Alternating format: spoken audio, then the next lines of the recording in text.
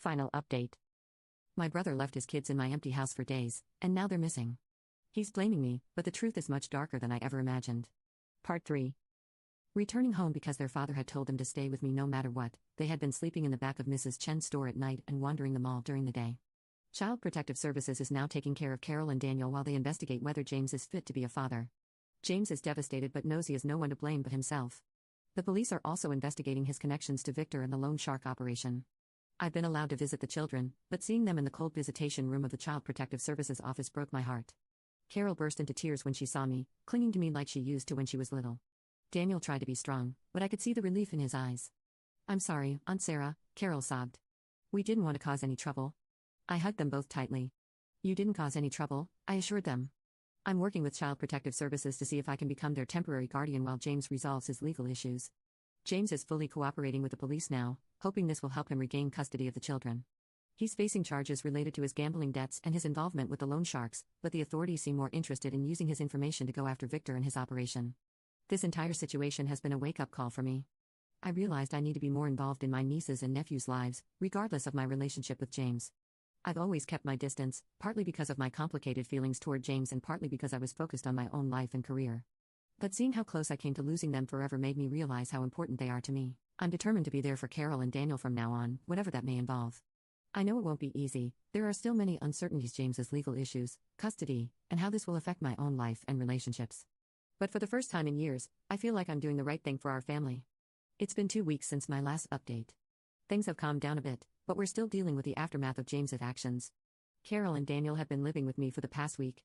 Child Protective Services conducted a home study and determined that I was a suitable temporary guardian for them. It's been an adjustment for all of us, but we're making it work. The first few days were the hardest. Carol had nightmares and would wake up crying, confused about where she was. Daniel was angry and withdrawn, spending most of his time playing video games or texting his friends.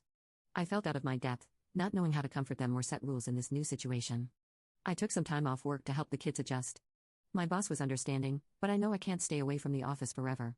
I'm trying to find a more flexible work arrangement that allows me to be there for Carol and Daniel. James has been allowed supervised visits with the kids. The first visit was tense and emotional. Carol clung to me, reluctant to go with a social worker. Daniel refused to look at James at first. But as the visit went on, the ice began to break a little. During one of these visits, James finally opened up about how he got into this mess. After Lisa left, he struggled both financially and emotionally. He felt like a failure as a husband and father. He started going to the casino, convinced that if he could just win big, he could give the kids the life they deserved. "I know it was stupid," James said, his voice heavy with regret. "But I was so desperate. I wanted to be the kind of dad who could buy nice things for his kids, take them on vacations. I thought I could fix everything with one big win." Instead, he sank deeper and deeper into debt. When the banks would no longer lend him money, he turned to Victor, the loan shark. At first, it was just a small loan, but as his debts grew, so did the pressure from Victor and his men. I was angry hearing how he had gambled with his children's safety, but seeing how broken and remorseful he was, I tried to be understanding while also holding him accountable. He's agreed to enter a gambling addiction program as part of his attempt to regain custody of Carol and Daniel. The kids are slowly starting to adjust to living with me. Carol has begun to come out of her shell a little. She's always been creative, and I've been encouraging her to draw and paint as a way to express her feelings. The other day, she shyly showed me a drawing she had made of all of us, her, Daniel, James, and me holding hands. It made me cry. Daniel is still struggling. He's angry, especially at James, and has been acting out at school. Yesterday, I got a call from his principal about a fight he got into with another student. When I picked him up, he was sullen and defensive. "Why do you care?" He snapped when I tried to talk to him about it. "You're not my mom. You're just stuck with us because Dad messed up again."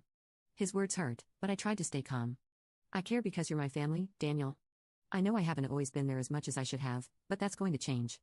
I'm here for you, no matter what." He didn't say anything, but I saw his shoulders relax a little. "This is going to take time.